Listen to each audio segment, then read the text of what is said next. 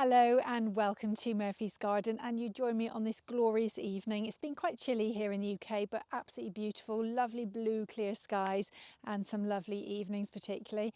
And so I thought it'd be a good opportunity to do a garden tour, because actually we haven't done one this year since May. Usually do one in the summer, but it's been such a hectic summer and such a hectic year that I just don't seem to have had time. So we'll do that. The garden is still looking nice, so we'll try and just capture what it looks like in September. If anyone's new to the channel, this is called Murphy's Garden. This is Murphy, who it's called after, Murphy our dog, who always followed me around and was very involved in everything that we were doing in the garden, hence why the channel was named after him. But as he's getting a little bit old, this is quite a rare appearance. He tends to spend most of his days sleeping now, but he is with me this evening. So the channel just follows, we visit lots of gardens to get ideas and just enjoy visiting lots of different places, taking ideas and inspiration for our own gardens, but also just following along the sort of day-to-day maintenance of this garden. And we're constantly changing and doing things, moving, trying to move it forward, and we've still got masses of jobs that we want to get to, so there's still no shortage of material, still plenty to do. So if you want to follow us, then don't forget to like and subscribe. But without further ado, we'll start our tour as we always do at the Hornbeam Walk. So the Hornbeam Walk, we did a lot of changes. The garden has undergone quite a lot of change this year. So a lot of the things that we've done haven't come to kind of complete fruition yet. You know, they're still growing, still developing. And this is one area that is the case here. So the hornbeams are doing really well. We've got the side on the left, which went in a few years before the side on the right, but they're really catching up now, and it looks quite uniform and looks quite impressive. Underneath, we made a decision to take out all the sort of random itty bitty planting that was underneath, because we just felt it just didn't look right, and we wanted something sort of to mirror the formality of the hornbeam. So we've chosen skimmias. It was a difficult choice because on the left hand side this is in full shade, and on the right hand side it still gets quite a bit of sun, because the hornbeam on this right side aren't quite as big as they will be on the right, so they do still get some sun. So you can see that there's a bit of yellowing on some of the leaves on the right hand side, whereas the ones on the left have got greener leaves. But I hope long term, I mean, the plants look healthy enough and they're getting bigger, and long term probably that won't be too much of a problem as the hedge gets bigger. So I think they've been quite successful. We have got a problem with the Japanese anemone, which continues to come up. You can see it here, so just have to keep digging it out as it comes up. Now the pots at the top really don't look very spectacular. Partly because Olivia pinched some of the things out of there for her garden. I won't hold her to account too much, but that's been the case a little bit with the garden generally, because I didn't grow a lot of stuff for our garden, but rather I did a lot for her garden. So sometimes this garden this year hasn't been perhaps as floriferous, is that the word, as perhaps it would be on other years. But you can see it's still looking quite nice, and a lot of the things that we did the cut back on, like these geraniums, they've all sprung back again, and there's lots of things that are still looking nice. The cosmos is flowering. Cosmos is quite a late flower. I know we all seem to, a lot of us grow it for that summer flower, but I did listen to I think it was Gardener's Question Time, and someone said about why is my cosmos not flowering, and Chris Beardshaw said that actually cosmos starts to flower when the days start to get shorter again, and that definitely is the case with this one. It's just started to flower fairly recently, really. Here we've got the Persicaria superba, which is looking good. The alliums have gone over here, and the ballerina roses have gone over. The eupatorium, which is this is the eupatorium, which is that's gone over, not looking quite so good. It's got very, very big. It's got too big really, that side and on the other side. So that definitely needs thinning down. You can just see what the ballerina roses look like before they go over. We've got a lot of these heliochrysums that we just grew from seed and just stuck in. This is the lovely Miscanthus Giacchima dwarf, which is just starting to do its thing, where it gets these lovely fronds. And behind it we've got Echinops and Helianthus, which is also too big. I did intend to remove this clump on the left, but I must have forgotten to do it, because obviously I haven't. But yeah, I don't want two big clumps there, just the one. But perhaps we could use that in the top borders because it does do very well in this garden. And then in this border, we've got another smaller Miscanthus Jacashima dwarf, and more Echinops, the Salvia amistad there at the back. But yeah, things are just fading a little bit and not looking quite as nice. They certainly don't look as good as the borders at Arley Hall. Here we've got a white cosmos. This is Purity, grown alongside some of the Limonium. And that's a lovely phlox. I think it's called Nora Lee. I had it years ago and then it seems to sort of disappear and not do much, but it's flowering again this year, but it's quite small. Behind it is another phlox. It's just a white phlox which has just gone over, and we've got more of the Cosmos Purity. This is a Hemerocallis, so I had lots of the orange daylilies, which you'll see I've removed most of them because I just kind of went off them, but somebody I know said there are some nicer ones. I'm not sure, but there's one called Chicago something, Sunrise or something like that, which I suspect that one is, but she gave me quite a few different ones. So interesting to see that. Just some asters there at the back, but there's a lot of empty patches where things sort of went over and I cut them back. Here, as we go down here, this is the Gora Lindimeri, or Nuthra, as it's also called, and this has been really nice this year. Here we've got it growing with the two Amilanchias, so it looks quite natural looking, quite sort of, I like to think, kind of impressionistic. It did have alliums, purple, it has got some alliums there, but again we dug some of those up for Olivia's garden. And amongst this somewhere is this grass. This is the Cerulean Strathlin quill grass, which I felt was a little bit wasted here. So we used that on Olivia's garden, and the two clumps that we dug up, I've put in the new tree area. So we'll have a look at that as we go round.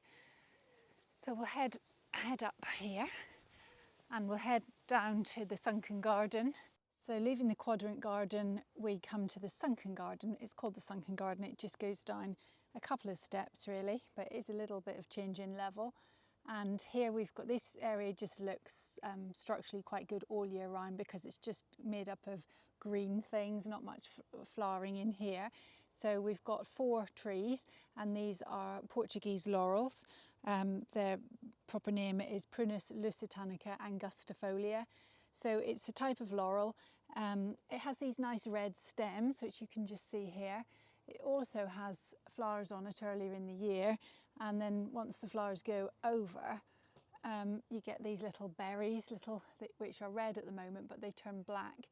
These do need a bit of a prune actually, they haven't been cut yet.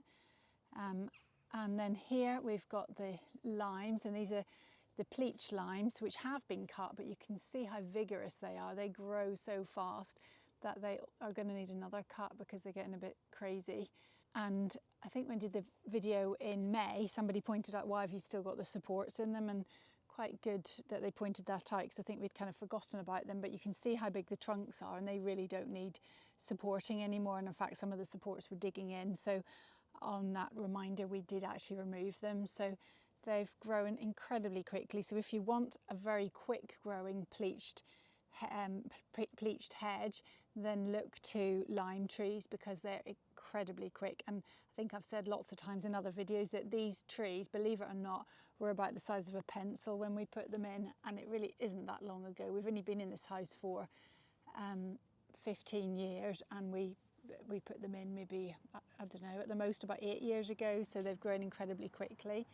Underneath here we've had quite a bit of change. We took out some grasses and things that were in here.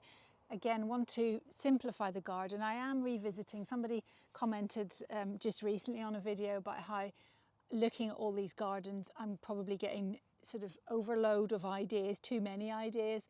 And I do agree with that to a point, but I think what I'm learning from professional looking gardens is that simplicity is key. So I am actually going back to different areas that I had previously done with that kind of, you know, when you're new to gardening, you want to kind of try everything, and you know, you have a bit of this, a bit of that, a bit of the other. But now I'm going back, trying to sort of remove things, simplify things. And here, like the Hornbeam Walk, which we've tried to do that on by just putting the skimmias in, here we're doing it with hydrangea.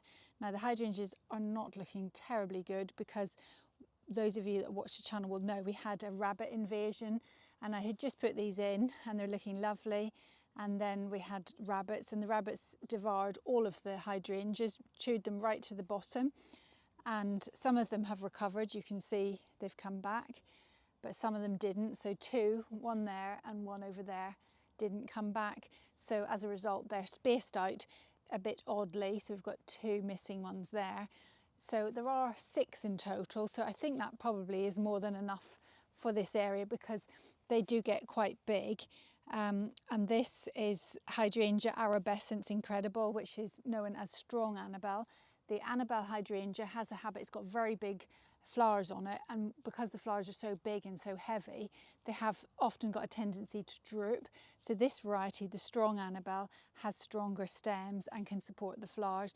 Now these small plants did have huge flowers on them, but I actually cut them off because they're very juvenile plants and they couldn't really support the weight of the flowers. So I want them to focus on their root development. So I took off the flowers just so they can focus on that rather than producing blooms. So perhaps I will, in dormancy, I might just rearrange these just to get better coverage. So I think I've got them too close together there anyway, so that's what I'll do. Behind is the Nepeta. This is the Nepeta Six Hills Giant, and we did lots of cuttings, showed you how to do cuttings on that. So if you're interested, have a look at that. They've all been cut back when the box hedging was cut back. So we'll head now into the Woodland Garden. So we go under this archway, which is clad in ivy, which took a long time to get that to cover. And then when it was covered, then the archway started to rock. So Alistair fixed that. He's put new supports in, reconcreted it in, and I think it's quite secure. Now in this spot we did have a choicea which got damaged, not last winter, the winter before, in the frost, and it died. So we've replaced it. I wanted somewhere I could put a oak leaf hydrangea, and so this is the spot that I've chosen. So we bought this one for Olivia's Tatton Flower Show garden, but I had my eye on it really, so I've put it in here. I think it's called Snow Queen. I can't remember if that's right, but I think that might ring a bell. So I've put it in there and it seems to be doing quite well. So quite a big gap there for it to fill. And this is the view as you look through the Woodland Garden. And the Woodland Garden is made mostly of these silver birch trees. We've got, how many have we got? About 1, 2, 3, 4, 5, 6, 7, I think about 7.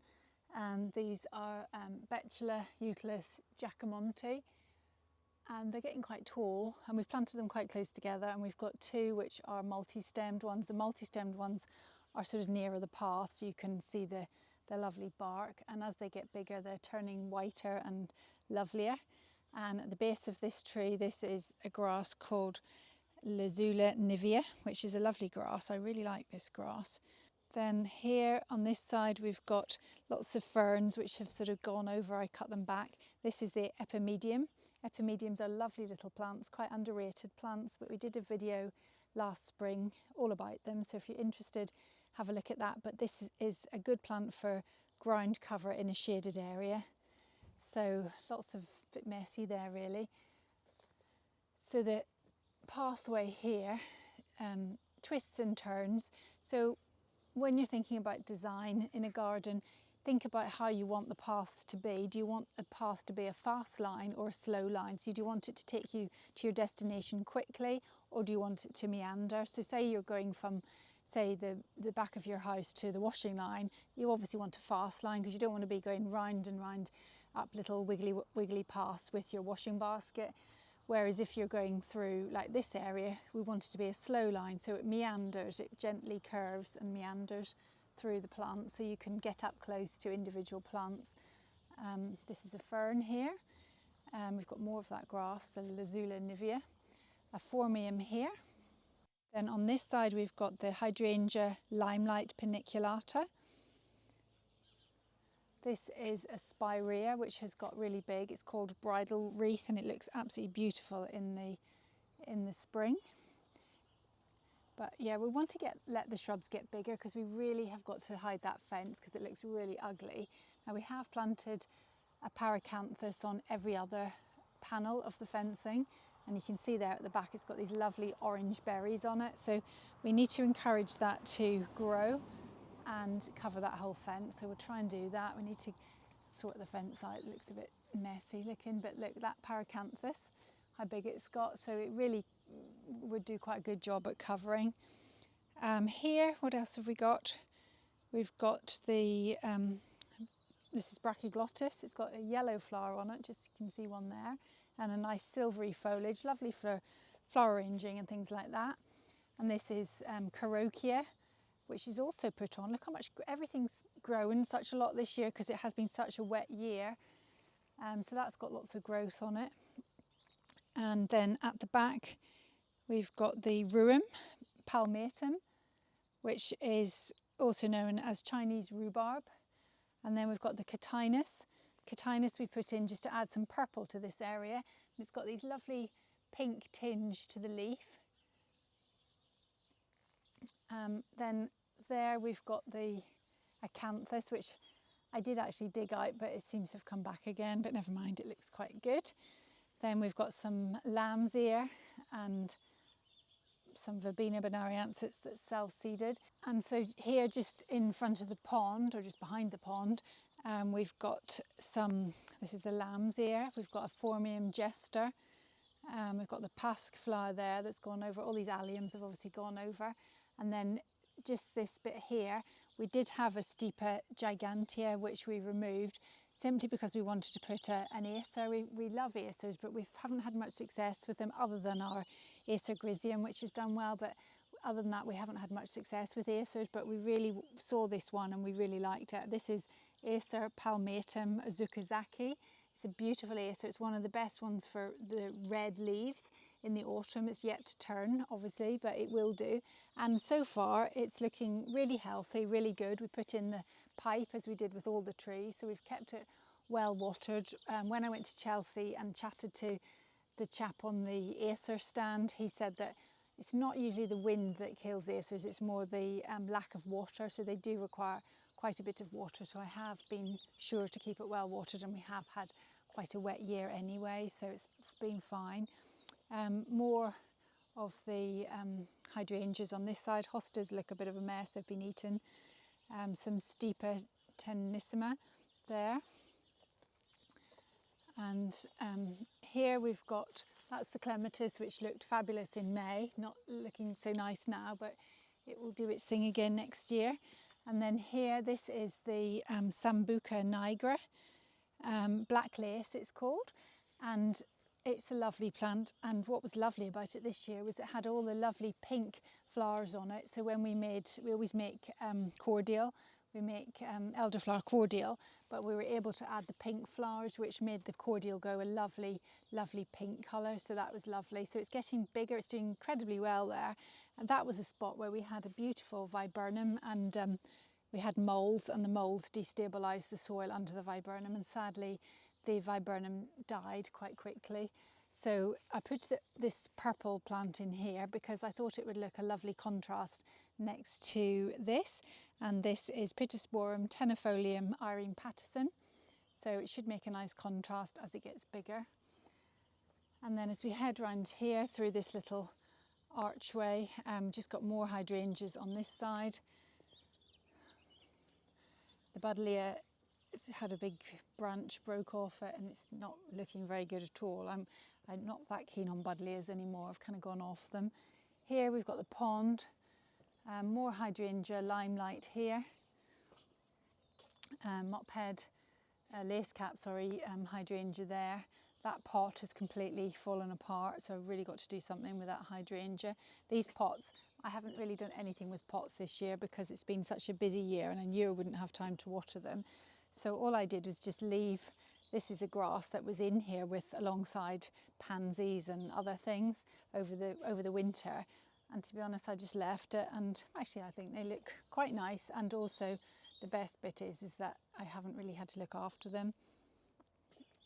The pond, is okay. It's got the fish in there. Could do with a clean out really. Haven't got to that either this year.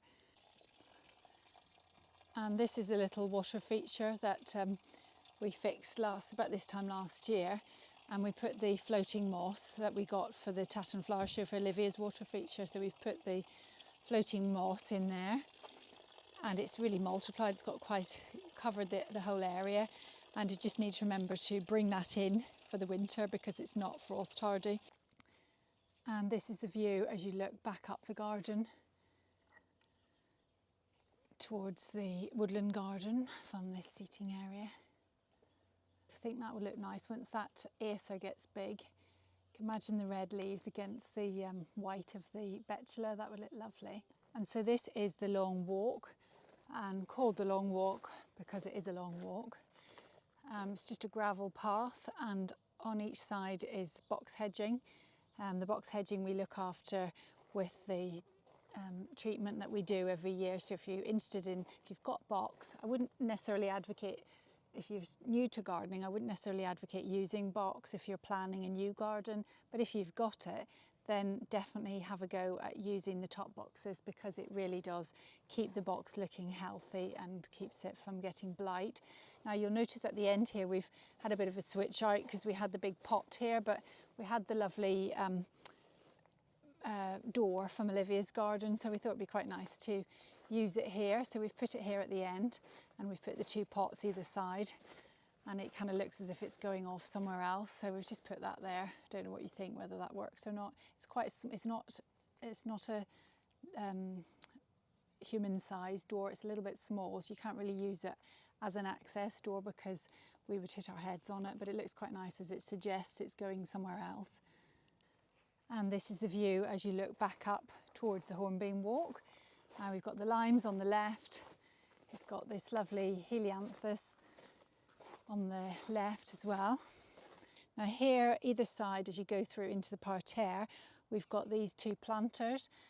If you want to see how we did the planters, then have a look at the video we did on Bunny's baseless pots. Got the idea from Bunny Guinness, if those of you that follow her. These are Osmanthus buckwoodii, also known as sweet olive, and this is a really low maintenance. These are really low maintenance pots because what I've got them with, I've got the Erigeron carvinskianus profusion. This is also known as fleabane, Mexican fleabane, and it produces these lovely little daisies. It's absolutely everywhere. We see it everywhere we go, and all these gardens at Chelsea, at Tatton, everywhere we go. So, and it's easy to see why, because it's so low maintenance. I've put it in various pots. I barely water it over the summer, and it just survives, keeps on flowering. I leave it in over the winter. As it dies back, I just leave it, and then the dead plant just kind of protects it over the winter. And then in the spring, as soon as it starts to warm up, just simply cut it back and it will all come again. So these plants go straight into the ground. There's soil at the bottom, so the roots of the Osmanthus can get right down into the ground, so it just makes it easier to look after and doesn't require quite so much watering. And going into the parterre looks good because it's had its cut. Oh, and just to say about these, the yew, we've cut it, it's nice and straight along there, but we did leave these bits because we want to try and experiment by doing kind of circles, little balls on the top of the yew hedge. So we've got some ideas on how we're going to do that, so we'll perhaps save that for another video. And then heading into the parterre, the roses have been fabulous this year, and we did put a lot of muck on them over the winter, and they've been really, really lovely, but they are starting to fade, go over a little bit now, but you can still see what they looked like. They did look lovely, and the clematis has gone over. That's lovely clematis. It works really well with this rose. So this is Desdemona, which is a David Austin rose, and it smells beautiful. There it is, a nice one. It's very pale blush pink, and it's quite nice with this clematis. This clematis is called Princess of Wales, and it's just got the pink on the outer edge to it and the outer part of the flower, and it looks lovely, and then white on the inside. So I think it complements this rows quite well, and you can see it makes these lovely seed heads when it goes over, so it's really nice. And the stralt, you'll see, is holding its own, looking good. Perhaps you can see better here because there's not so many flowers. So it just forms this kind of mat, impenetrable mat, which means that the weeds really struggle to come through. So it's really good for weed suppression.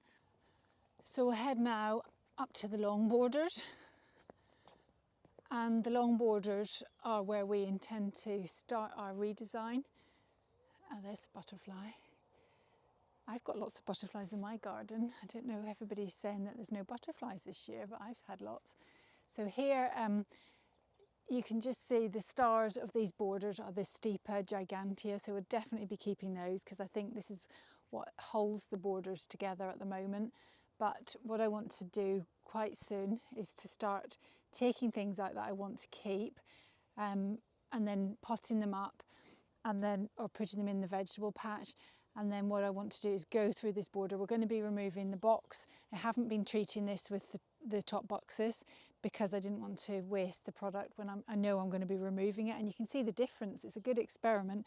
So the box in the rest of the garden is looking lovely, but this one, which hasn't been treated, has got blight on it. It looks awful. So this is all going to be coming out. And then I'm going to be keeping certain things I want to keep. That is a lovely helenium, so that's going to stay. That eupatorium will stay. The Leiastris will stay. That solidago, possibly the sedum. But the things that look good will stay. This area is really messy because we've got to do a lot to it. At the end here, we're going to have a summer house, so that's all going to happen. So watch this space. The Stipa will stay. We've got this lovely dahlia. That white phlox I really don't like, has got to go once and for all. I say that every year and it seems to manage to come back. That dahlia will stay, but I'll dig it up. More Stipa here. I don't want any of the phlox. I don't want any of that achillea. I don't even want this echinacea because, as you can see, it just collapses. This is Echinacea purpureum, whereas the other one is Echinacea purpureum magnus. So just by having that extra magnus on the end means that it's a more upright variety, is stronger stemmed, and it will hopefully withstand the wind that this garden is subjected to. That's the Leiastris there, gone over now, but it's a good plant. So that's the plan. Just need to muster up some energy. I am going to get rid of the roses because I just don't think roses are going to suit this area. I want it to be more kind of prairie looking grasses and that kind of feel, so I don't think roses will go, so we'll think about what we're going to do with the roses. So we'll go now into the vegetable patch. Now this area has probably undergone the biggest change, this and the new tree area, because we've been working quite a lot in this area, and because it was quite late finishing all the jobs here, we didn't really maximise the raised borders as much as we will next year because we didn't finish them until probably about May time, and then also we needed them for Olivia's plants for the Tatton Flower Show, so I wasn't able to plant loads of vegetables as I normally would, and so for that reason I don't feel as if I've made the most of them this year, but I will next year. I can't wait to use them next year. So you can see here we've just got some herbs looking a bit sad now really, but the tomatoes are just not ripening. The ones outside, the ones inside are pretty finished. I got rid of them actually because they haven't been very good this year. My tomatoes have been pretty dreadful actually, and the ones outside, even when they do ripen, they just don't taste very nice at all. So disappointing year on the tomato front, but everything else has been quite good. We've had good cucumbers. In fact, there's one I missed. Got a cucumber there. We've had good gherkins. The gherkins have been good. We've had lots of pickles. Aubergines aren't going to ripen and they're tiny. They're just not really getting big enough. Haven't really had enough sun. Under there we've got some kale and spinach and things, but still even though they're netted, still the caterpillars have got onto them. I heard this morning there's a shortage of butterflies in this country at the moment, but that's because they're all on my kale in my garden. So here, these are the plants that we're in Olivia's garden, which we've brought back, and this is the holding pen, because we're going to be using them for the big redesign in the big borders. And you can see how lovely they are. This is the geranium, which has flowered all summer. Salvia has flowered all summer. Everything in here has got a long season of interest. It's geranium brookside. We've got some grasses, and this is echinacea white swan that I've grown from seed. The other echinacea over here, I've labelled everything really, really well, because once it dies back, I want to remember what things are. And this is the echinacea magnus, and it's been flowering since before the Tatton flower show, so it's really good, and it's got a very strong stem. It doesn't fall over. This is the achillea, and we've got that's the eryngiums. Then we've got heleniums. Heleniums haven't flowered for very long, actually. This is the verbascum, which is back in flower. It flowered for her show, and then it's back in flower. It's a beautiful verbascum. It's called Pink Petticoat. So lots of excitement, lots of prospects for all these plants. When we get them in, it'll be lovely. This is the Astrantia major, Jill Richardson. It's a good one. I've had that one before. It's lovely. Then here we had a fantastic crop of strawberries. That's been excellent this year, and rhubarb's been good. In fact, the strawberries seem to be reforming again. We might get some more. The cut flower garden has been fabulous, really, really good. These are the scabious seed heads, which have now formed. They took a while, but they've got there in the end, so I'm keeping those for drying. The Amobium elatum I cut back to harvest it, and it's now coming back again. We've got lots of the limonium, lots of the white one there, and lots of straw flowers which I need to get on and pick. Zinnias, Nigella. This is the Amyvis niger. Lots of more straw flowers. That's the Nigella. So really successful with the cut flower garden. Here we've got plenty of potatoes. I haven't dug them all up yet. Just been digging them up as and when I need them. The sweet corn finally has been ready. We've enjoyed that, but I might pick one for my dinner. Here Olivia put in some more little crops, which again have been eaten by caterpillars, which we didn't net. We should have netted. And then the courgettes have been very productive, but they have pretty much finished. We've got still got the odd one, but mostly they're finished. Here we've got some pumpkins. That's the pumpkin. So we'll be picking that soon and enjoying that. Masses and masses of lovely pears. These are the conference pears.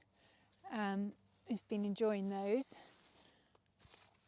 And then we've got, these ones have got the skin, looks a bit marked, but they're called Invincible, and they taste lovely, even though they don't look quite so good. But there's lots of them. And these trees have all been espaliered, but they need sorting out a little bit. They need a bit of a prune, I think.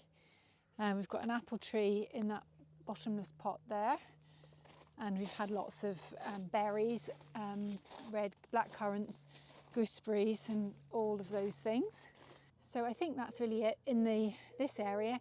We have put just a cover on the shed, just to shelter the shed from the rain, because when the door was open, the rain can get in. So Alistair just added that just as an incidental thing here.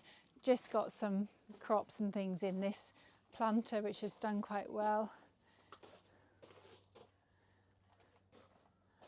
And the greenhouse is empty now of the tomatoes. Livy's got some carrots there. I've still got some chilies, and that aubergine hasn't been watered. And to be honest, I'll give up on that. And they need to be cleared there. There's just the cucumbers which have finished. So this is all ready, and what I'd like to do is get some compost and start sowing some hardy annuals this weekend. In here is our seating area, so this is where we sit and enjoy meals. We've got the barbecue there. I'm waiting for the hedging to grow up just to give that seclusion, make it feel nice. And we might put a kind of pergola thing over the top of the table again, just to make that feeling of sort of intimacy. So as you come out of the seating area, there's this little corridor which has got cobbles, and it goes out either this way, you can go back to the parterre, or else there's a dead end here which has got the holly tree and some erigeron. And erigeron does well even in deep shade. And you can head back out here into the new area. So this is I think I'm going to call this the Arboretum, because it is a collection of trees after all. So we'll go and have a look round. And heading round now into the new area, and the light levels are just beautiful. And here is a hydrangea limelight here, which has got massive, and look at the lovely heads on it, how they're turning this lovely pink tinge to them now. And we've got the viburnum plicatum Kilimanjaro, and that's been fabulous. It looked beautiful when we did the May tour, and look, it's back in flower again. So a really good value plant. You get lots of seasons of interest from it. Put some epimedium here. Epimedium do like shade, so I thought it would be shaded by that hydrangea. Got Pittosporum Tom Thumb and Skimmia there. Mahonia at the back. This is the cornus, the dogwood, so we have that lovely red stems. When the leaves fall off, it will look lovely. Another Pittosporum tenifolium, I think Irene Patterson. This is the catalpa, and just look at the leaves on this catalpa. So yellow and so huge. So that's a lovely plant. Then we've got the Euonymus Europaeus red cascade. It's got these lovely little berries on it. That's a little evergreen shrub beginning with S, I can't remember what it's called. And here in the centre is the tree that came from Olivia's garden, and this is Crataegus persimilis prunifolia. So it's a copthorn hawthorn, and it's a lovely multi-stemmed tree, and we put in all these things that we grew from seed, and they've all done really well. Been a really lovely show, and quite low maintenance really, and also nice if you want to pick anything. Then here we've got the grass, the Stipa tenissima, which kind of just wafts about in the wind and looks nice. And just behind it we've got this lovely tree. This is Cercis canadensis forest pansy, or eastern redbud. We did do a video when we planted it, but what I love about it, this was one of the weaker trees actually when we bought it, but it's doing incredibly well. And just look at the sunlight. When the sun is on it in the evening, you can just see through those veins. Look at the beautiful structure of the veins against the light. It just catches the light and looks so beautiful. So Cercis canadensis forest pansy, really lovely tree, small tree for a small garden. Pittosporum there. Got some, this is the ginkgo, small little ginkgo. This is ginkgo biloba american, so it's a small variety of ginkgo. So if you love the ginkgo as I do, the lovely shape of leaves, really unusual. I've got it next to that forest pansy, which looks a lovely contrast, but you can't afford to have one that's too big, then go for this one, American. It stays small. And this is a lovely tree. This is Heptacodium mycinoides, and you can just see the lovely flowers that it has, and they smell lovely, and it's called Seven Sunflower Tree. And the view up the garden when you sit in this seat, this all needs finishing off. It's got to have the hardcore put down, but it's a lovely spot to sit just now as the sun starts to go down. Sun's going down over there. You can just sit and look up the garden and admire the view. And here we've got Miscanthus. This is Morning Light, and it's just starting to get the flowers on it, and that will look lovely in this evening light as well when they start to come out, and it will look lovely in the wind. Then we've got the Heavenly Bamboo, Nandina domestica. We've got a Daphne here. This is called Summer Ice. It's only a little one, but we've put it there because Daphnes smell lovely, so hopefully you can get the waft of the smell when you sit in that seat. This is a type of Choicea, I can't remember the name, but that's a choicea. Then here is Parterre persica, and it's starting to get its lovely autumn colour of leaf. This is Parterre persica, is quite a big tree and it can get very, very wide. We've seen them growing in various gardens and I didn't really like the form, but I liked the leaf colour. I did look at getting a liquid amber, which if you want really good autumn colour, liquid amber is one of the best trees for that. However, they do get quite big and we just didn't have the room for it here. So we went with this. This is Parterre persica, but the variety is Vanessa, because Vanessa is an upright version of the Parterre persica, as I said, gets quite wide and I didn't want that. So this is an upright variety. So hopefully it will stay in the right shape and size for this spot. Now I've moved some of the sedum, which I really love, but I didn't necessarily want it in the herbaceous border, so I've moved some of it here and I think it's going to look lovely there. We've got a little, another hydrangea there at the back and it's got white petals with a pink tinge to the edge of the petal, and so we've put it there because that will look quite nice contrast here. And then here we've got the Psychocarpus, which is called Lady in Red, and it's got these lovely purple leaves. And we've got that grass, that's the cerulean grass that we moved up from the butterfly borders. This is a corylus. Corylus, quite ugly with its leaves on, but comes into its own with these lovely this is contorta, and it's got these contorted branches. When the leaves fall off, it looks lovely over the winter. It's got a lovely silhouette. Then here we've got another lacecap hydrangea. We've got the arbutus, which is the strawberry tree, has these red stems. And I put this phormium here because I think the edge of the leaf on this phormium is red. It's called, I think it's called tricolour, that one, and it looks good against that. And also we've got a bit of red here in the Cornus crusa China Girl, and that's been lovely. You can just see all the little things on the floor. And then here's another Tom Thumb's Pittosporum. We've got the bloodgrass here, another limelight hydrangea, another little evergreen. This is a pyrrhus, another one of those Melina cerulea grasses. Some hostas there because I thought they were sort of shaded by the plants here. I don't know whether they would be or not. I think they would be.